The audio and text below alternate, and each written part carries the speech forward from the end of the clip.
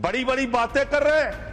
ये सरकार कह रही है कि ये कानून हम मुसलमानों के भले के लिए आ रहे हैं। जब मैं आपसे सुनता हूं तो मुझे लगता है कपिल शर्मा कॉमेडी सर्कस में बोल रहा है। आप मुसलमानों का भला कर रहे हैं, आप मुसलमानों का भला कर रहे हैं। दोनों सदन में एक भी सदस्य, दोनों सदन में सिर्फ एक सदस्य गुलाम अली को छोड़ के एक भी सदस्य आपका मुसलमान नहीं है। आप मुसलमानों का भला कर रहे हैं। दो नेता अपने घरों में आपने बैठा दिया, मुख्तार अब्बास नकवी, शाहनवाज हुसैन, दोनों की राजनीति आपने खत्म कर दी। आप मुसलमानों का भला कर रहे हैं, आप मुसलमानों का भला कर रहे हैं, आप मुसलमानों का भला कर रहे हैं। अरे सुनना सीखो, धार्मिक संपत्तियों को कब्जा करने की एक कोशिश है।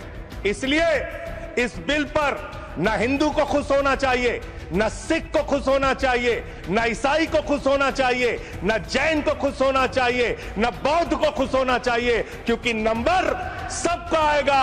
और आज वक्फ की संपत्तियां कब्जा करके आप अपने दोस्तों को देंगे, कल गुरुद्वारे की संपत्तियां कब्जा करके आप अपने दोस्तों को देंगे, फिर चर्चों की संपत्तियां कब्जा करके आप अपने दोस्तों को देंगे। छुआछूत को, बीमारी को मिटाने के लिए चलिए उठाते हैं कदम, और अगले सत्र में एक बिल लेके आइए।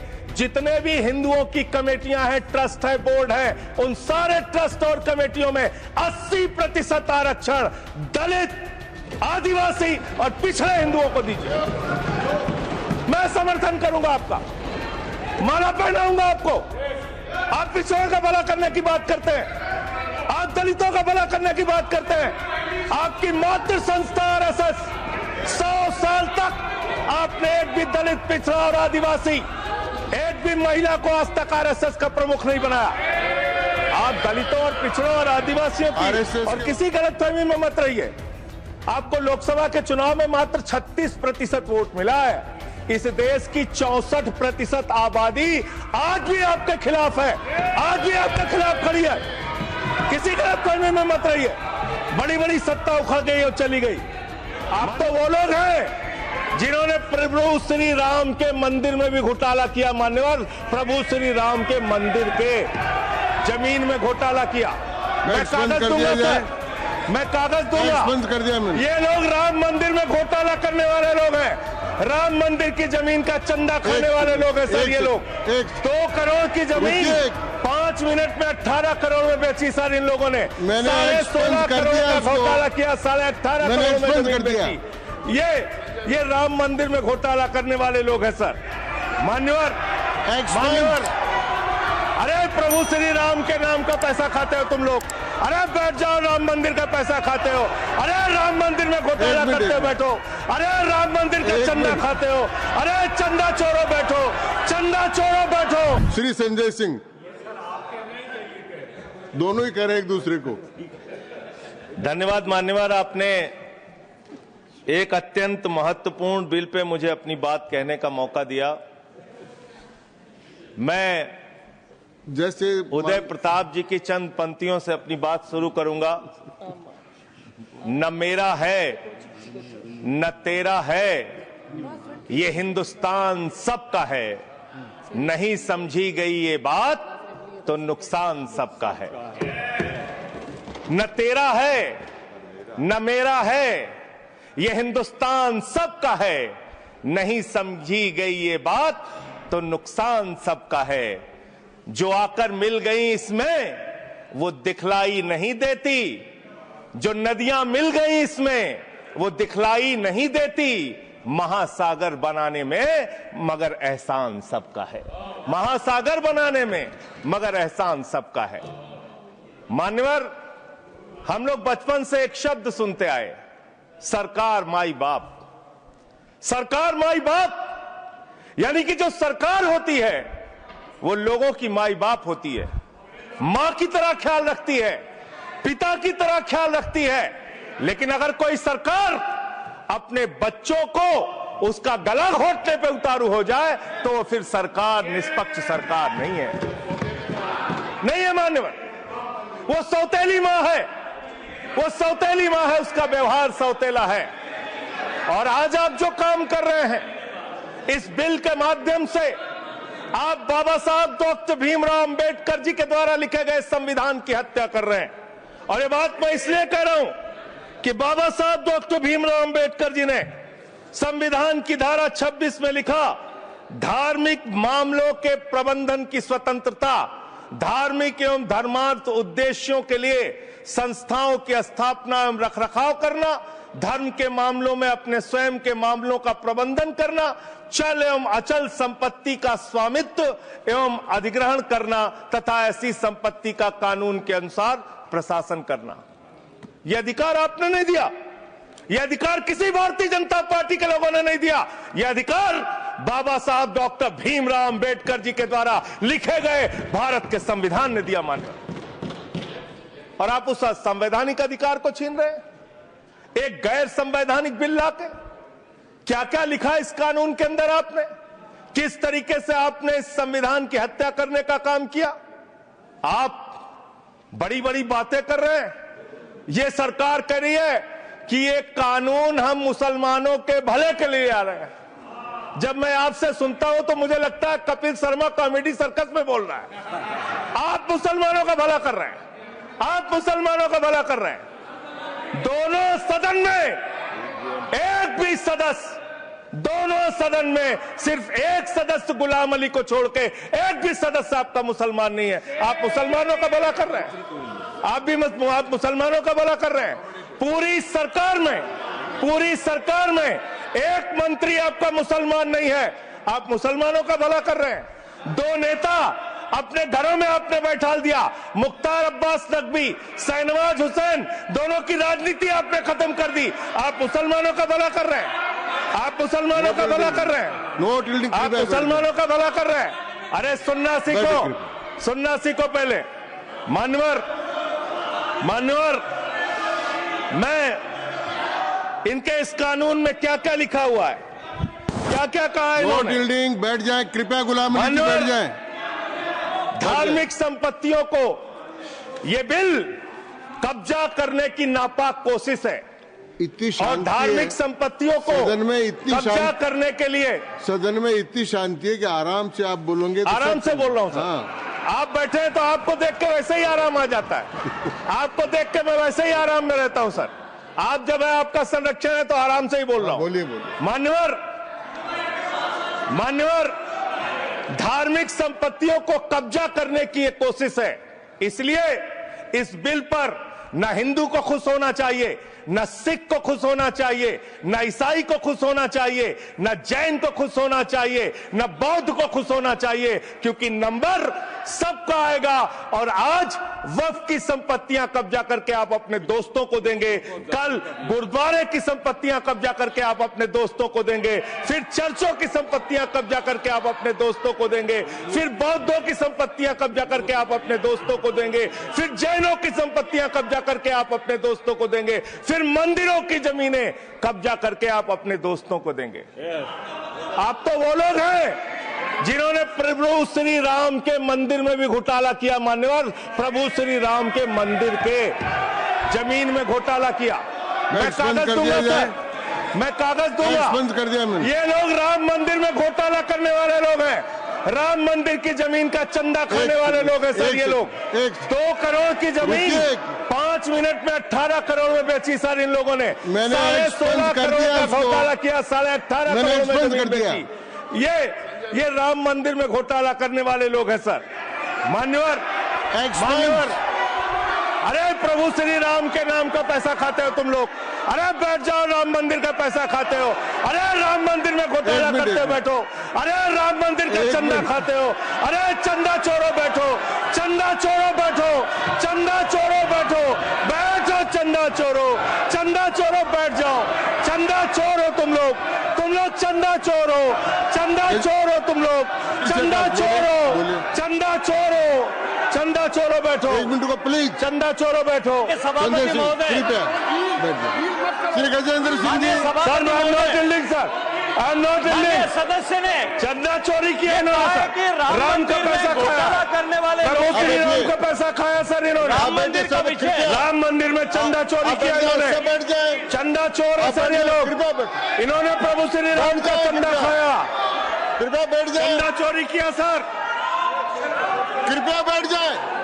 मान्यवर, आपने कहा कि इससे आप पिछड़े मुसलमानों का भला करने जा रहे हैं। सुनने में बहुत अच्छा लगता है कि आप पिछड़े मुसलमानों का भला करने जा रहे हैं।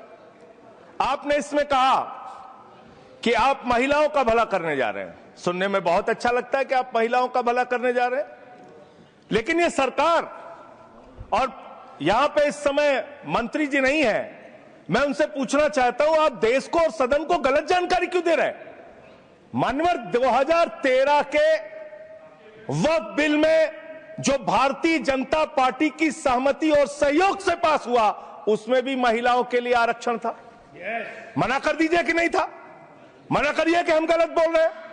मानवर मंत्री जी ने कहा 1 करोड़ सुझाव आया। मैं आपसे पूछना चाहता हूं, कितने करोड़ ईमेल आए, कितने करोड़ पत्र आए, कितने करोड़ सुझाव आए? पूरे देश को जानकारी दीजिए, और मैं आपको दावे के साथ कह सकता हूं, जब पूरा सच सामने आएगा तो देश को पता चलेगा कितने लोग इस बिल के विरोध में थे, कितने लोग इस बिल के समर्थन में थे। मैं जेपीसी का सदस्य था मानवर, मैं कह रहा हूं आपसे लाइए। और आप पिछड़े मुसलमानों का भला करना चाहते हैं? मैं आपसे हाथ जोड़कर निवेदन करता हूं, विनती करता हूं, और हमारे जो मित्र उधर भी हैं, अगर आप मेरी बात से सहमत हैं तो समर्थन करना। समाज में छुआछूत को, बीमारी को मिटाने के लिए चलिए उठाते हैं कदम, और अगले सत्र में एक बिल लेके आइए। जितने भी हिंदुओं की कमेटियां हैं, ट्रस्ट है, बोर्ड है, उन सारे ट्रस्ट और कमेटियों में 80% आरक्षण दलित, आदिवासी और पिछड़े हिंदुओं को दीजिए। मैं समर्थन करूंगा आपका, माला पहनाऊंगा आपको। आप पिछड़ों का भला करने की बात करते हैं, आप दलितों का भला करने की बात करते हैं। आपकी मातृ संस्था आरएसएस 100 साल तक आपने एक भी दलित, पिछड़ा और आदिवासी, एक भी महिला को आज तक आरएसएस का प्रमुख नहीं बनाया। आप दलितों और पिछड़ों और आदिवासियों की आरएसएस के बारे में भला करने की बात करते हैं। कर दीजिए माननीय, इस बिल में क्या लिखा है? आप जो भी बातें इस विधेयक के अलावा बोलेंगे, उन सब को मैं एक्सप्लेन करूंगा। क्या सच नहीं है? क्या ये सच नहीं है? सर मेरा टाइम रोका जाए। और सर बिल के बारे में बात करते हैं। माननीय मंत्री जी ने कहा आज आप इस बिल को पास कर रहे हैं, आज आपका सीना चौड़ा हो रहा है, आपको लग रहा है एक धर्म के अधिकार को आप छीन रहे हैं। नहीं, कल को आप सभी धर्मों की धार्मिक संपत्तियां छीन के आप अपने दोस्तों का देने का काम करेंगे। मैं फिर इसको दोहरा रहा हूं और फिर इसको कह रहा हूं कि आप ये करेंगे, धार्मिक संपत्तियों के कब्जा करने का काम करेंगे। और किसी गलतफहमी में मत रहिए। आपको लोकसभा के चुनाव में मात्र 36% वोट मिला है। इस देश की 64% आबादी आज भी आपके खिलाफ है, आज भी आपके खिलाफ खड़ी है। किसी गलतफहमी में मत रहिए। बड़ी बड़ी सत्ता उखड़ गई और चली गई। मान्यवर, आपने इसमें लिखा बिल के अंदर कि वक्फ कमेटी के अंदर गैर मुसलमान इसका सदस्य बन सकता है। आप क्या गुरुद्वारा कमेटी के अंदर गैर सिख को मेंबर बना सकते हैं? क्या ईसाई कमेटी के अंदर गैर ईसाई को सदस्य बना सकते हैं? क्या बौद्धों की कमेटी के अंदर गैर बौद्ध को, क्या जैनों की कमेटी के अंदर गैर जैन को आप मेंबर बना सकते हैं? और इतना ही नहीं, क्या आप हिंदुओं के ट्रस्ट में, मंदिर के ट्रस्ट में आप क्या गैर हिंदू को मेंबर बना सकते हैं? नहीं बना सकते, नहीं बना सकते। आप एक झूठ फैला रहे हैं देश भर में, देश भर में झूठ फैला रहे हैं। आप कह रहे हैं ये मैं पढ़ रहा हूं राम मंदिर का, सर, राम मंदिर ट्रस्ट। झूठ शब्द असंसदीय है, जो असंसदीय शब्द उनको निकाल दीजिए। सत्य से परे, सत्य से परे। सर ये प्रभु श्री राम के मंदिर का ट्रस्ट, मैं इसका समर्थन करता हूं। नहीं, आप सर मैं इसका समर्थन कर रहा हूं। ये सब्जेक्ट नहीं है सर, समर्थन कर रहा हूं। सुन तो लीजिए, आप कहे से नहीं सुनूंगा। डिस्ट्रिक्ट मजिस्ट्रेट प्रोसीडिंग में नहीं आएगा। सर मेरी बात तो बिल्कुल नहीं आएगा। सर मेरी बात सुन लीजिए। घनश्याम जी प्लीज, चेयरमैन साहब, district magistrate of Ayodhya will be ex officio trustee who will be a practicing Hindu. If the DM is not Hindu, then additional district magistrate will be an ex officio member of the trust. हम इसका समर्थन करते हैं sir. Hindu धर्म के trust में हिंदू को member होना चाहिए, आपने लिखा, हम इसका समर्थन करते हैं। लेकिन आप दूसरे धर्मों के ऊपर कह रहे हैं। कल को आप गुरुद्वारा कमेटियों में कहेंगे सिख नहीं, दूसरे धर्म के लोग इसमें आएंगे। कल को आप जैन कमेटियों में घुसड़ेंगे, बौद्धों की कमेटियों में घुसड़ेंगे। ये बात गलत है, ये पूरी तरीके से गलत है। और आज पूरे देश को आप बताइए, मान्यवर, पूरे देश को आप बताइए, 2009 में आपने अपना घोषणा पत्र जारी किया था, मैनिफेस्टो। ये मैनिफेस्टो आपका लेके आया हूं, ये तो आपका डॉक्यूमेंट है, मेरे घर नहीं बना। इस मैनिफेस्टो में लिखा है इन्होंने कि 2009 के मैनिफेस्टो में लिखा है कि वक्फ की जमीनों पर जो अवैध कब्जे हुए हैं, के.आर. रहमान की कमेटी की रिपोर्ट के हिसाब से हम मुस्लिम धर्म गुरुओं के साथ बातचीत करके उसको खाली कराने का काम करेंगे। कितना दोहरा चरित्र है आपका। आपने कहा वक्फ की जमीनों को खाली कराने का काम करेंगे जिसपे कोई और कब्जा कर रखा है। मान्यवर, एक और बात, सुप्रीम कोर्ट के अंदर आप कह रहे हो कागज चाहिए, कागज चाहिए। मंत्री जी ने कहा कागज चाहिए। मंत्री जी, आपको कागज की बहुत जरूरत होती है, कागज आपको चाहिए। आपकी सरकार ने 2020 में, ये पूरे देश को देखना चाहिए, पूरे देश को सर, 2020 में मैं जेपीसी का मेंबर था, एक कागज वहां मिला मैं 2020 में सुप्रीम कोर्ट में। सर आप, मेरी बात नहीं आ रही सर मेरी बात नहीं आ रही। 2020 में मान्यवर, इस भारत की सरकार ने, मोदी जी की सरकार ने शपथ पत्र दिया सुप्रीम कोर्ट में। से क्या लिखा हुआ है? 99% वक्फ की संपत्तियां डिजिटाइज हो चुकी हैं। मुख्तार अब्बास नकवी साहब आपके मंत्री थे, उनका बयान है 100% वक्फ की संपत्तियां डिजिटाइज हो चुकी हैं। तो जब आप सारी संपत्तियां डिजिटाइज कर चुके हैं, सब कुछ ऑनलाइन कर चुके हैं वामसी पोर्टल में, सारे कागजात जांच चुके हैं, तो क्या आप फसाद कराने के लिए फिर से कागज मांग रहे हैं? फसाद कराने के लिए, आप फसाद कराने के लिए कागज मांग रहे हैं। आप फसाद कराने वाले हिंदू हैं, हम सौहार्द फैलाने वाले हिंदू हैं। यह बुनियादी फर्क है, यह बुनियादी फर्क है आप में। आप देश भर में फसाद, नफरत, लड़ाई, झगड़ा कराने का काम करते हैं। मान्यवर, मैं अंत में आप लोगों से सिर्फ एक ही बात कहना चाहता हूं कि आज सच्चर कमेटी की रिपोर्ट की बात कही गई और कहा गया 12,000 करोड़ की आमदनी हो सकती थी। एक सुझाव मैं पूरे सदन की तरफ से इस सरकार को देना चाहता हूं। 12,000 करोड़ की आमदनी की चिंता है वक्फ की, करोड़ों मुसलमानों की चिंता है आपको। एक अपने दोस्त को पकड़ के लाइए, नीरव मोदी को 20,000 करोड़ वसूलिए, 12,000 करोड़ वक्फ को दीजिए, 8,000 करोड़ अपने पास रखिए। 8,000 करोड़ का आपको मुनाफा होगा, 12,000 करोड़ वक्फ को दे दीजिए, करोड़ों मुसलमानों का भला हो जाएगा।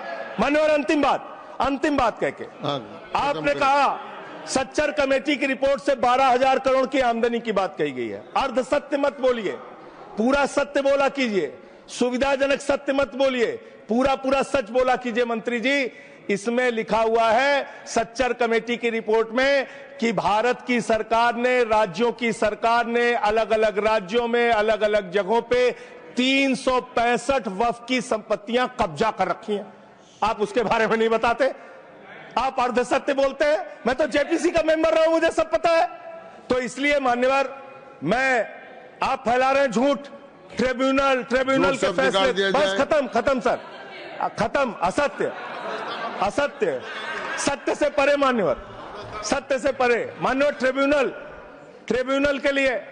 ट्रिब्यूनल के लिए आप कह रहे हैं उसको अपील नहीं की जा सकती। हाई कोर्ट का फैसला ट्रिब्यूनल के फैसले के खिलाफ आया है, सुप्रीम कोर्ट का फैसला ट्रिब्यूनल के फैसले के खिलाफ आया है। आपने कहा 5 साल का प्रैक्टिसिंग मुस्लिम होना चाहिए। कैसे प्रैक्टिसिंग मुस्लिम तय करेंगे सर? आप क्या मुसलमानों के घर में सीसीटीवी का कैमरा लगाएंगे? कौन नमाज पढ़ रहा है, कौन नमाज नहीं पढ़ रहा है, कौन मुसलमान है, कौन मुसलमान नहीं है? आपने मान्यवर ऐसे प्रावधान इसमें रखे हैं जो बड़े अजीब हैं, जो अपने आप में ये बताते हैं कि आपकी मंशा सिर्फ देश में झगड़ा कराने की है, नफरत फैलाने की है, फसाद कराने की है। आपकी मंशा कहीं भी मुसलमानों का या किसी वर्ग का भला करने की नहीं है।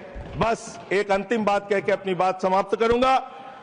ये काम आपने देश के अंदर बहुत अच्छा शुरू कर दिया। आप एक काम करते हैं, देखो मुसलमानों को ठीक कर रहा हूं, दूसरी तरफ महंगाई बढ़ रही है, नुकसान हिंदुओं का। 94 लाख करोड़ रुपए शेयर बाजार में डूब रहा है, नुकसान हिंदुओं का। 11 लाख बच्चे स्कूलों से बाहर निकल गए, नुकसान हिंदुओं का। तो मुसलमानों को ठीक करने के नाम पर आप नुकसान देश के करोड़ों हिंदुओं का भी कर रहे हैं। इसलिए ये सब बातें करके देश में आप नफरत फैला के ये सब झगड़े फसाद के काम मत कीजिए। और अंत में आपसे एक ही बात कहना चाहता हूं, अभी भी वो मौका है इस बिल को जो गैर संवैधानिक है, जो बाबा साहब के संविधान के खिलाफ है, इसको वापस लीजिए। धन्यवाद।